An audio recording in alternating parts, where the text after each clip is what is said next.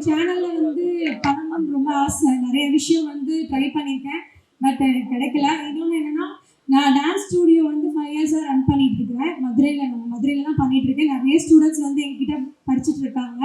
And dance அப்படியே choose பண்ணி அதில் மட்டும் இருந்துடக்கூடாதுன்றதுக்காக நான் செகண்ட் ஆப்ஷனை யூஸ் பண்ணது வந்து ஈவென்ட் மேனேஜ்மெண்ட்டு. அது பார்த்தீங்கன்னா வெட்டிங் அந்த மாதிரி கிடையாது. மெயின் வந்து நான் ஓனாக ஈவென்ட் நடத்தணும் அப்படின்றது காரணம் வந்து ஃபஸ்ட்டு நான் வெளியே தெரியணும், அதுக்காக தான். ஸோ லாஸ்ட் 3 இயர்ஸாக பார்த்தீங்கன்னா சீசன் 1, சீசன் 2, சீசன் 3 வந்து ரேம்ப் ஷோ, டான்ஸ் காம்படிஷன் அந்த மாதிரி நிறைய நான் பண்ணியிருக்கேன். ஸோ யாருக்கு தெரியுறதுல நிறைய ஸ்டூடெண்ட்ஸ் இங்கே வந்தவங்களே நிறைய பேர் அட்டென்ட் பண்ணியிருக்கீங்க. அதோட ஃபினாலே வந்து சீசன் 3 வந்து மார்னிங் செக்ஷன் நம்ம ஸ்டார்ட் பண்ணோம். இப்போ லெட்ஸ் கோ டான்ஸ் பற்றி நான் கொஞ்சம் சொல்லிடுறேன்.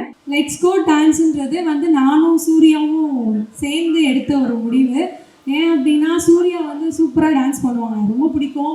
நிறைய விஷயம் வந்து நிறைய ட்ரை பண்ணியிருக்காங்க. அவங்ககிட்ட நிறைய டேலண்ட் இருக்குது. ஆக்சுவலி என்னோட சூப்பராக டான்ஸ் ஆடுவாங்க. நிறைய ஸ்டைல்ஸ் அவங்களுக்கு தெரியும்.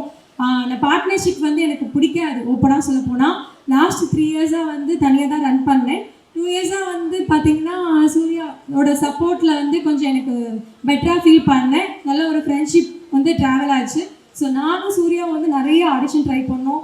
என்னை விட வந்து சூர்யா நிறைய ஆடிஷனில் செகண்ட் ரவுண்ட் வரைக்கும் வின் பண்ணியிருக்காங்க. ஆனால் அது வந்து எங்களுக்கு கரெக்டாக யூஸ் பண்ண முடியல. நிறைய டைம் அலைஞ்சிருக்கோம், இங்கேருந்து மதுரையிலேருந்து சென்னைக்கு போய்.